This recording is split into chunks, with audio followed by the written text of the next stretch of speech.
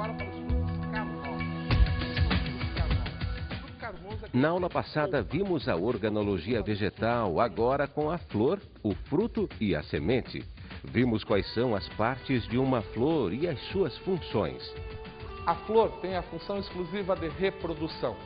As partes que a compõem são o perianto, que é para proteção, feito por sépalas, cálice, e pétalas, a corola, e a sua genitália, formada pelo androceu, parte masculina, e gineceu, a parte feminina. Aprendemos a diferença entre fruto e fruta e o que é um pseudofruto. O fruto é o ovário desenvolvido da flor e a fruta é um termo comercial dado a alguns vegetais. O pseudofruto é quando não é o ovário que se desenvolve, e sim outras partes, como o receptáculo floral e o pedúnculo. O professor Oromar nos falou sobre a semente, suas partes e suas funções. A função da semente é a germinação.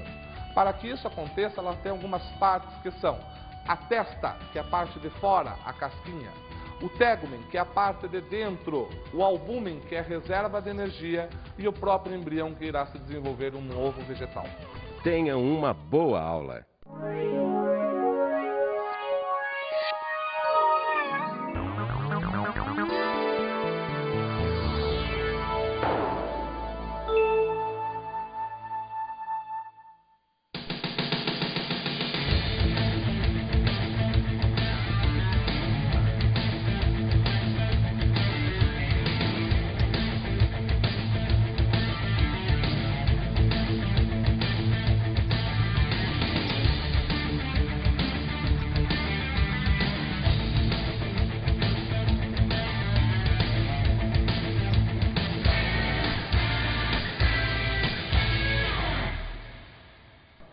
Olá, tudo bem?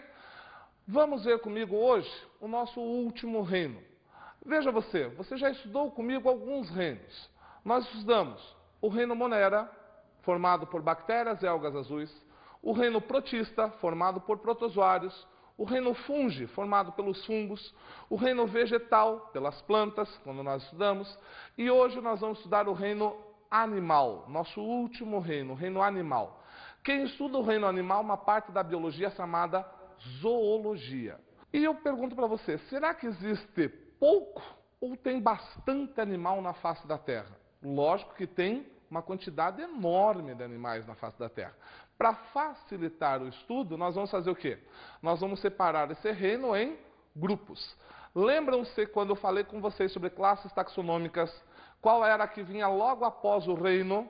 Isso mesmo, o filo. Então nós vamos separar o reino animal em filos. Na verdade, nós vamos separá-los em 9 filos. Eu posso separar em 2 grandes sub-reinos, que é o reino dos invertebrados e o reino dos vertebrados, e depois separá-lo em filos. Nós vamos começar hoje com o invertebrado e começar com o filo porífera. Quem que é o filo porífera?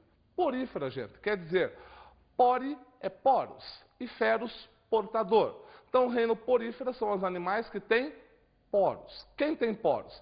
As esponjas. Então, nós vamos estudar especificamente as esponjas. Mas, professor, esponja não é aquilo que a gente lava a louça? É, aquilo lá é uma esponja sintética. Nós estamos falando de esponja animal. Ah, então no começo eles também usavam para lavar a louça. Aham. Era essa esponja que eles usavam para tomar banho, esponja animal. Só que acontece que ela tinha um probleminha, que muitas vezes tinha algumas espécies de esponja que eram calcárias e arranhavam a pele. Depois eles passavam para a bucha, que é vegetal, e hoje é a sintética. Então nós vamos começar a estudar a esponja. E quais vão ser as características gerais das esponjas? As esponjas são pluricelulares. O que é ser pluricelular? Quer dizer que ela tem várias células. Diferente lá dos protozoários, que só eram formadas por uma, as esponjas são formadas por várias células. Uma característica importante é essa. Ao invés de ela ter várias células, ela ainda não consegue formar tecido. Tecidos são células agrupadas desenvolvendo uma única função. Elas não. Elas têm células agrupadas, só que cada uma faz uma função diferente. Ou seja, ela não forma tecido. Outra característica, além de pluricelulares, é que elas são diblásticos. O que é ser diblásticos? Di, 2, blastos, folheto embrionário. Quando ela ainda é um embrião, ela é formada por ectoderme e endoderme. Então elas são diblástico, elas têm 2 folhetos embrionários. Outra característica é acelomado. O que é acelomado? Acelomado é celoma é buraco. Lembram-se do celoma? Eu já falei isso para vocês. É aquele buraco que fica entre tórax e abdômen. É o que eu coloco depois os órgãos. Eles não têm esse buraco, ou seja, ela é inteiriça, ela é toda preenchida, ela não tem esse buraco. Além de acelomados, elas também são assimétricos ou de simetria radial. O que quer dizer assimétrico? Eu olho para esse animal e não consigo ver um plano de corte, um plano de simetria. Você tem um plano de simetria. Eu posso cortar você por aqui, ao meio, e eu divido você em direito e esquerdo. É um plano de simetria. Elas não têm. Ou ela é assimétrica, eu não consigo ter um plano de corte, ou é simetria radial, ou seja, eu tenho vários planos de corte. Ou seja, ela é 8 ou 80. Essa é a característica de uma esponja. Agora, toda esponja, eu tenho que saber aonde que eu vou encontrá-la. Aonde que eu vou encontrar este animal? As esponjas, todas elas têm um habitat. O habitat pode ser aquáticos, marinhos ou dulcícolas. O que quer dizer isso? Primeiro, aquáticos. Eu só encontro na água. Então você nunca vai ter uma esponja andando sobre a terra. É só na água. Marinho, mares e oceanos, água salgada. E dulcícolas, dulcícolas quer dizer água doce, ou seja, lagoas e rios. É ali que eu vou achar as esponjas. Você já deve ter visto, se você já foi ao litoral, uma esponja, só que ela não se parece com o animal. Ela parece como se fosse uma esponja mesmo presa, que alguém esqueceu na pedra. Agora, essa esponja nós vamos dar uma entrada, nós vamos ver como é que ela é por dentro. Portanto, nós vamos ver a sua estrutura, vamos ver como é que ela é formada. A sua estrutura, ela é bastante simples, porque como eu disse, ela não forma tecidos. Então acompanhe e vamos ver como é que é uma esponja. Se você olhar para uma esponja, ela tem a forma de uma garrafinha. Ela é formada por vários poros, por onde a água entra. Fazendo um corte, você vai ver que ela tem um buraco. Este buraco aqui nós chamamos de átrio. O átrio é uma cavidade que deixa ela oca. E um furo lá em cima que a gente chama de ósculo. Então a água, ela entra pelo poro, turbilhona pelo átrio e sai pelo ósculo. Vendo uma esponja mais de perto, lá no seu interior, você vai ver que ela é formada por várias células. Células essas que não formam tecidos. Toma cuidado, vou voltar a repetir, uma esponja não tem tecido. Que células são essas? Nós vamos começar aqui com a célula mais importante, que se chama coanócito. Coanócito porque ela parece um coador. Note que ela tem um flagelo. E para que serve esse flagelo? Esse flagelo é para que ela fique turbilhonando. Então ela pega o flagelo e fica girando esse flagelo. Girando o flagelo, ela gira a água e daí ela começa a pegar os seus nutrientes. Então olha só, o coanócito serve para a nutrição. É para a sua alimentação. Depois nós vamos ter aqui o amebócito. Por que amebócito, professor? Porque parece com uma ameba. Para que serve este amebócito? O amebócito serve para a defesa. Assim como seus glóbulos brancos também têm forma de ameba e ficam saindo por aí para te defender, o amebócito da esponja também fica andando pelo organismo para defendê-la. Depois nós vamos ter aqui uma célula forma de espícula. Para que ela serve? Para sustentação. Então a espícula, ela sustenta, ela vai representar, entre aspas, o esqueleto dessa esponja, né? E muitas vezes essa espícula é calcária. Se uma pessoa usa, arranha a pele, esfola a pele. As esponjas que o pessoal usava antigamente eram esponjas cuja espícula era de rede de espongina, orgânica, macia. Nós vamos ter uma célula que é o porócito, ou seja, ela tem aqui um cano por dentro, então ela vai representar o poro da célula, né, o poro da esponja, e o pinacócito, que nada mais é do que o revestimento, ele vai dar corpo para a esponja. Então é assim que é uma esponja por dentro. Essas células fazendo funções independentes, não formando tecidos. Então, note que ela não tem tecidos, ela tem células independentes. Mas como é que essa esponja vive? Qual vai ser o seu modo de vida? Como é que ela se adapta ao meio? O modo de vida de uma esponja é simples. É o que a gente chama de modo de vida livre, ou fixo no substrato. Ou seja, ela está paradona lá no chãozinho, ela se fixa ali e ela não se move nunca mais. Então, ela é livre, porque ela não parasita ninguém, e ela está fixa no substrato. Tudo bem, professor? Então, ela está fixa, e daí? O que mais eu preciso saber? Você precisa saber o trivial. Como é que ela se nutre, como é que ela respira, como é que circula, como é que excreta e como é que se reproduz. É assim que nós vamos estudar todos os animais. Então, como que vai ser a nutrição de uma esponja? A nutrição, ela é intracelular. O que quer dizer intracelular? Dentro da célula. É o coanócito, que você acabou de ver comigo, que vai pegar esse nutriente, vai tirar o que ele presta e vai passar para as outras células. Então, o coanócito faz isso. Como é que ela respira? A respiração, ela é por difusão. O que quer dizer respiração por difusão?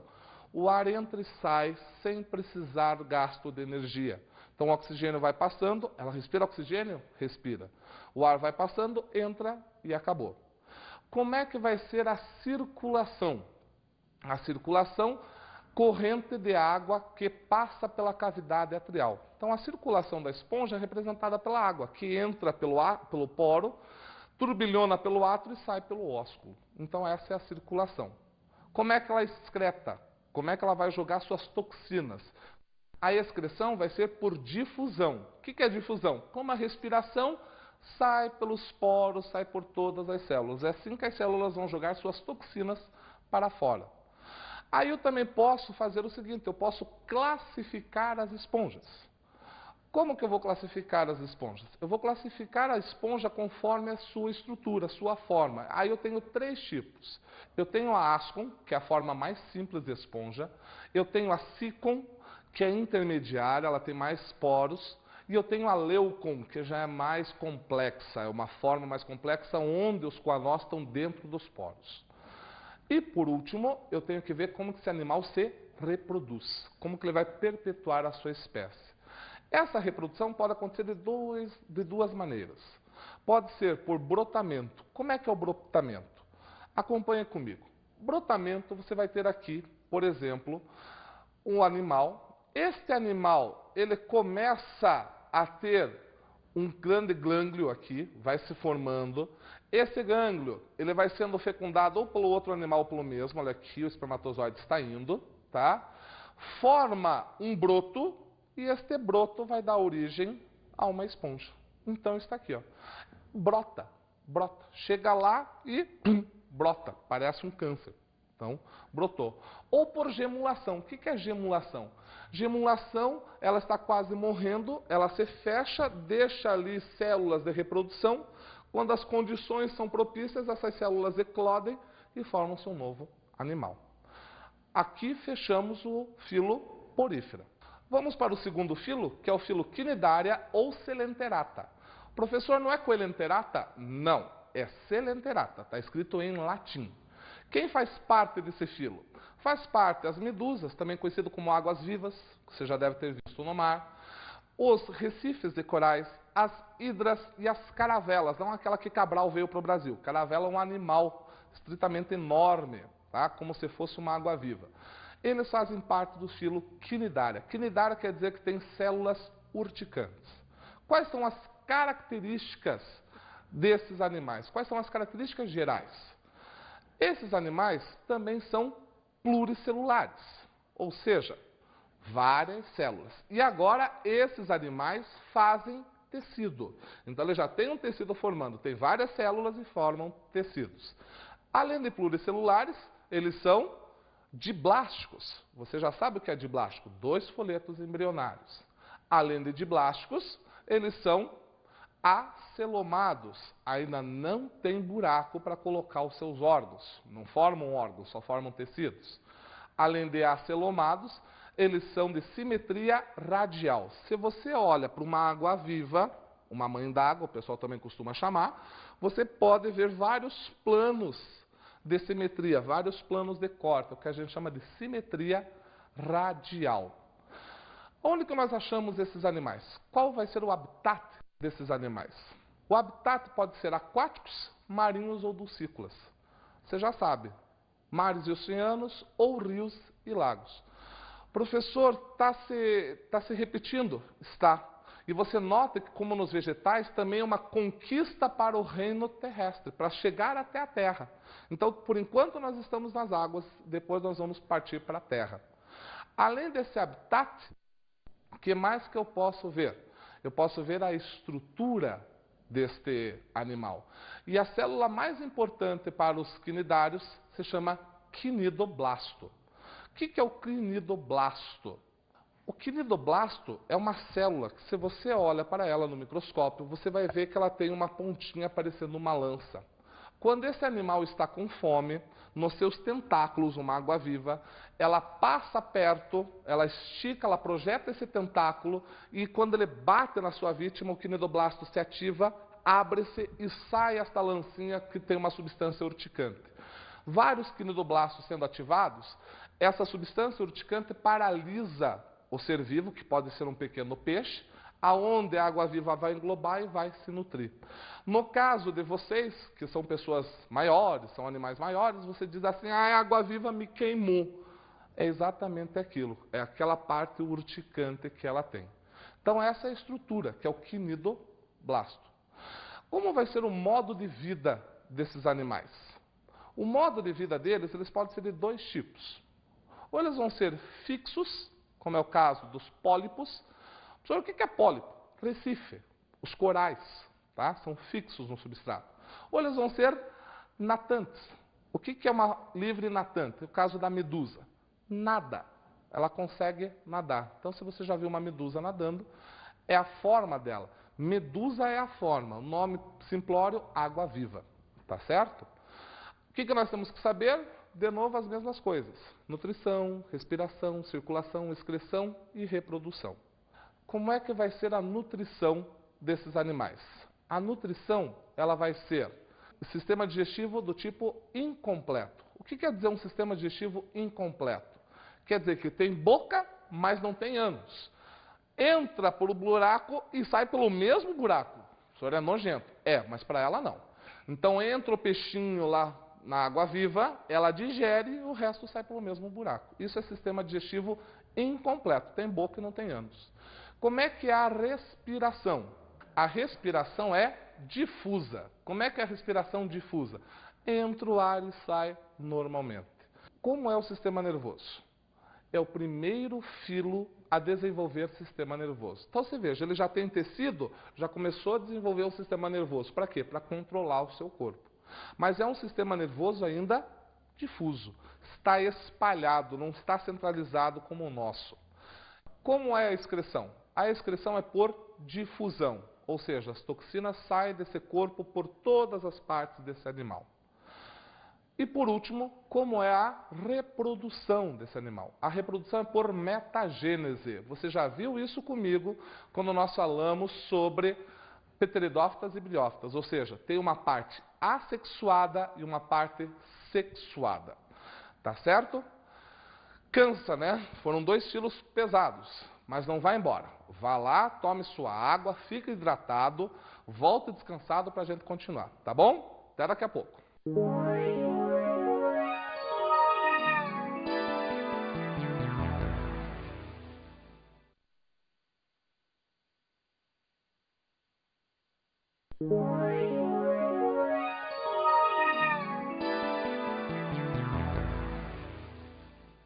E aí, já está hidratado, descansado? Isso é bom, porque nós temos mais 2 para ver. Vamos começar agora com um novo filo, o filo dos vermes. Nós vamos estudar os vermes, ou seja, estamos saindo da água tentando conquistar a terra. Então nós vamos começar com o filo dito filo Plateuminte. Então, quem são os plateumintes? Plat quer dizer achatado. Euminte é verme. São os vermes achatados.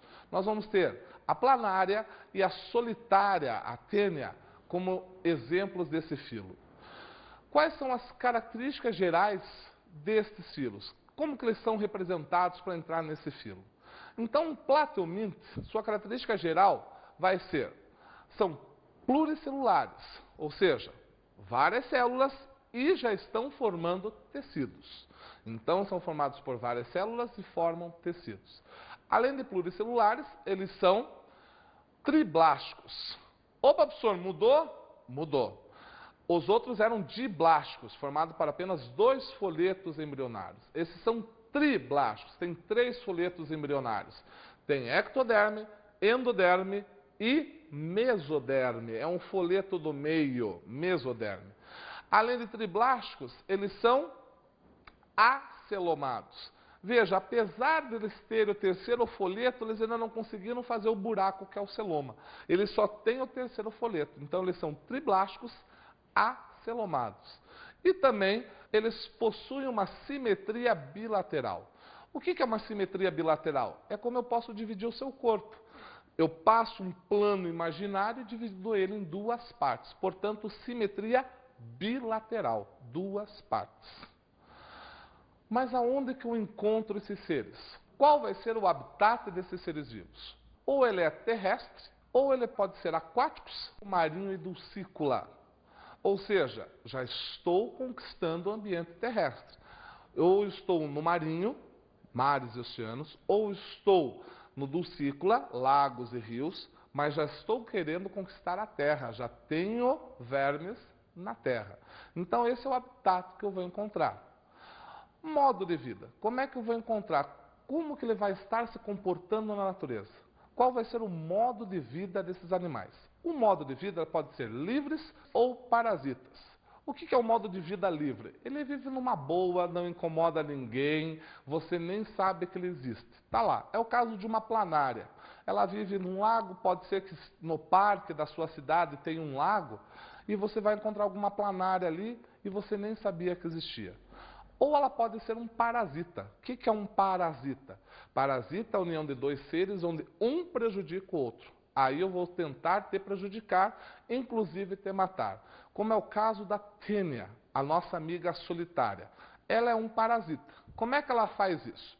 Eu tenho 2 tipos básicos de tênias. Eu tenho a tênia solium e a tênia saginata. A tênia solium ela é transmitida pelo porco e a tênia saginata ela é transmitida pelo boi. Como é que você vai pegar a doença chamada teníase?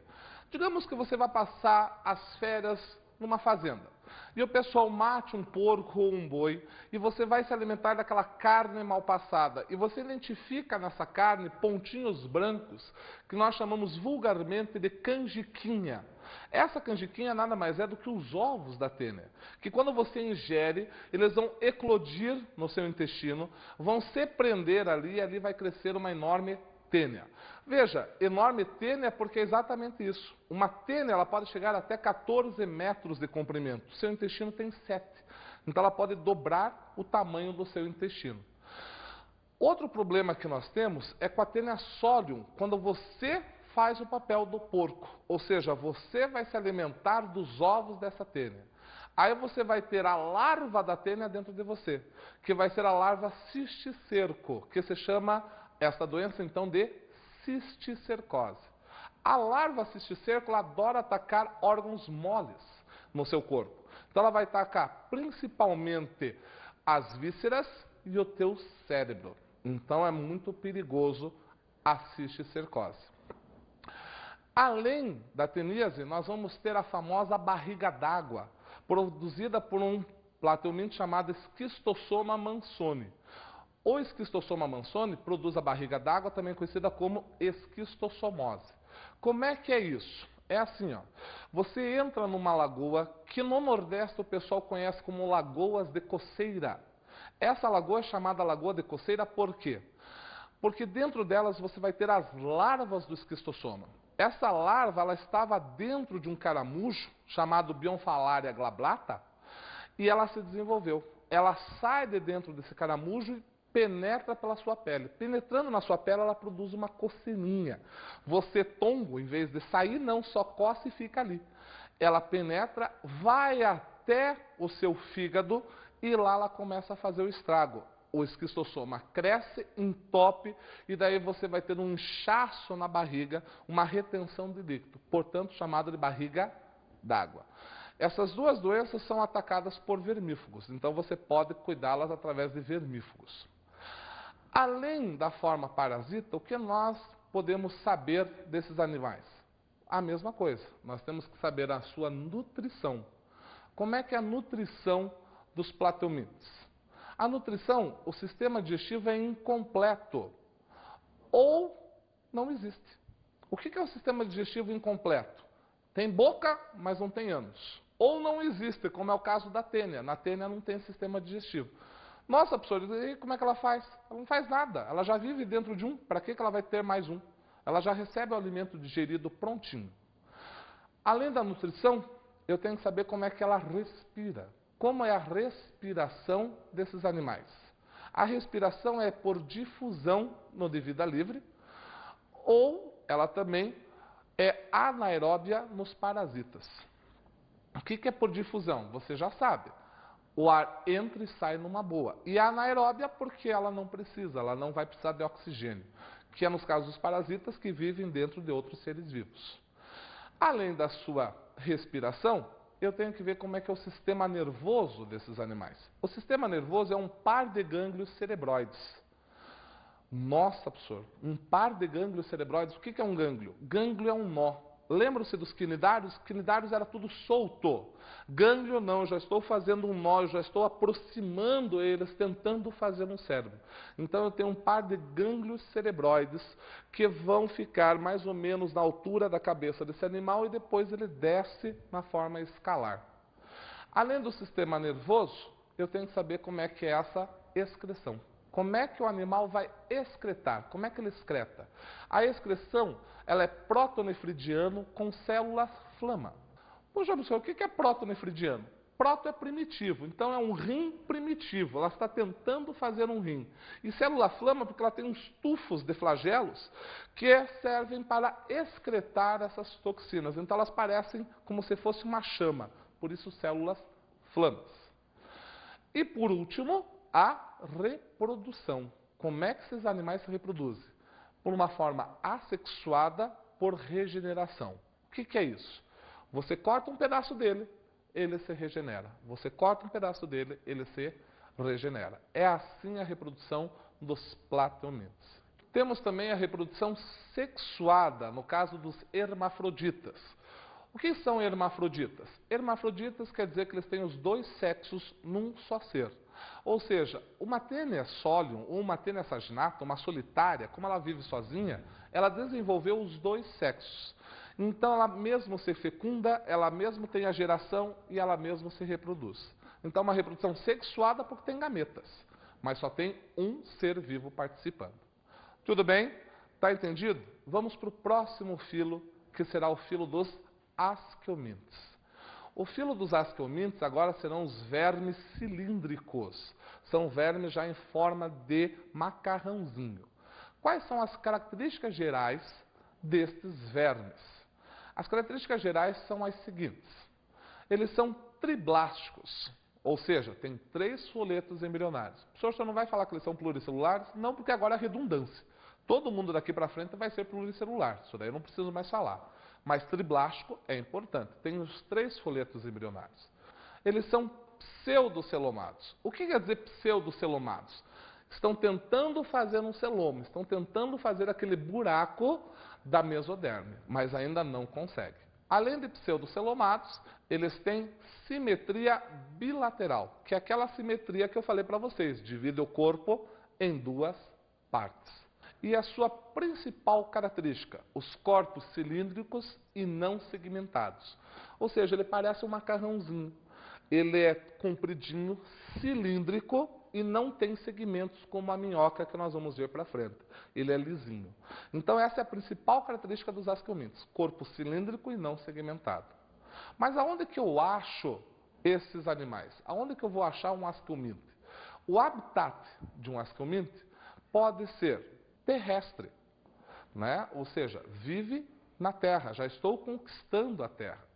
Ou também pode ser aquático, tá? Não vou mais falar marinho do ciclo, porque você já sabe, ele é terrestre ou aquático. Aquático você já vai saber o que é, são os dois. E ele também pode ser orgânico. O que é orgânico? Vive dentro de outro ser vivo. Por isso que a gente diz habitat orgânico, está lá dentro. Tudo bem, você já sabe o habitat. Agora, como que esse animal vive? Qual é o seu modo de vida? O modo de vida pode ser livre. O que é livre? Vive numa boa, na natureza, não incomoda ninguém, você nem sabe que ele está lá. Ou pode ser parasita. O que é parasita? É quando dois seres se juntam e um prejudica o outro. Ou seja, eu vou fazer uma doença. E é aí que nós vamos começar a estudar. Porque os ascomintes têm alguns parasitas. Como o que, por exemplo? Como a nossa amiga Ascaris lumbricoides. A lombrigona, a bicha, que todo mundo fala, você já deve ter ouvido essa expressão. Dá ser doce para a criança, senão vai alvoroçar as bichas. As bichas nada mais são do que as lombrigas que estão lá dentro.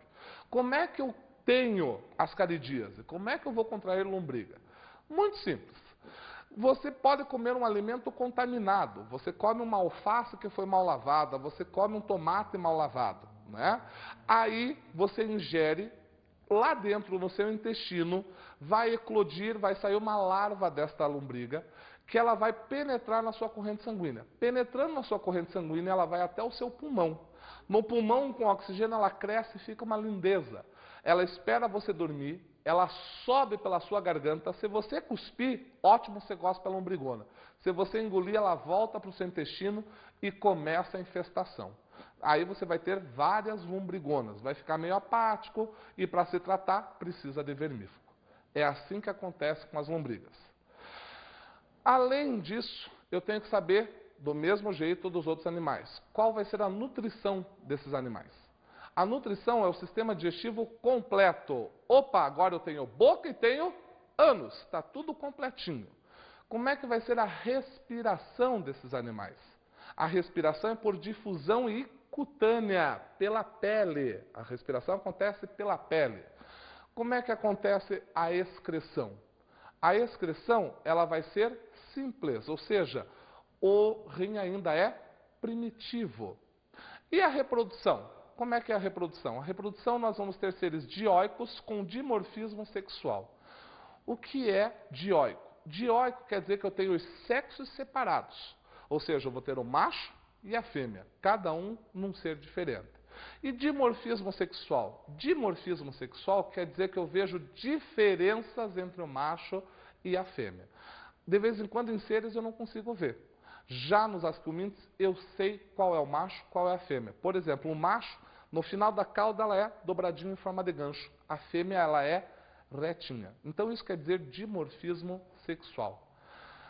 Cansa, né? Mas a gente chega lá. Tudo bem?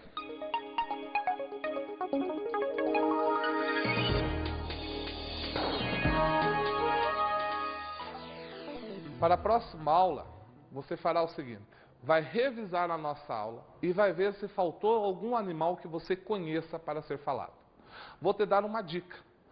Procure saber sobre siri, formiga, gafanhoto, caracol, estrela do mar.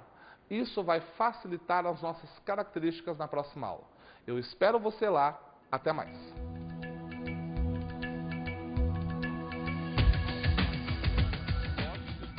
O professor Oromari iniciou na aula de hoje a zoologia.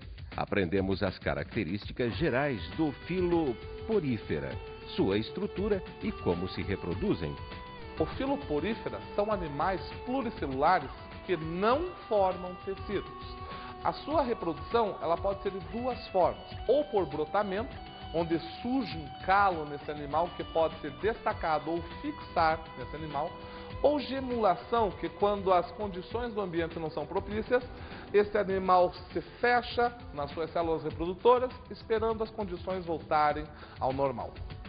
Vimos que o filo Cnidaria apresenta um sistema digestivo incompleto e que possui quinidoblasto. Os cnidários são animais pluricelulares que formam tecidos. Uma célula bastante importante são chamados de quinidoblastos, que tem no seu interior substâncias urticantes, que servem para paralisar outro ser vivo, para a sua digestão. O professor nos falou ainda sobre o filo Plateumintes, dando todas as suas características, e também sobre o filo Askelmintes. No estudo dos vermes, nós temos os vermes achatados, chamados de Plateumintes, e os vermes cilíndricos, que são os Askelmintes. Esses vermes estão começando a conquistar a terra, saindo do meio aquático. Portanto, nós vamos ter formas parasitárias. No caso dos Plateumintes, o Esquistossoma mansoni, que forma a barriga d'água, e a tênia, que pode ser Solium saginata, formando a teníase. Nos Askelmintes, nós vamos ter a lombriga, que dará origem a uma doença chamada ascaridíase. Até a próxima aula de Biologia.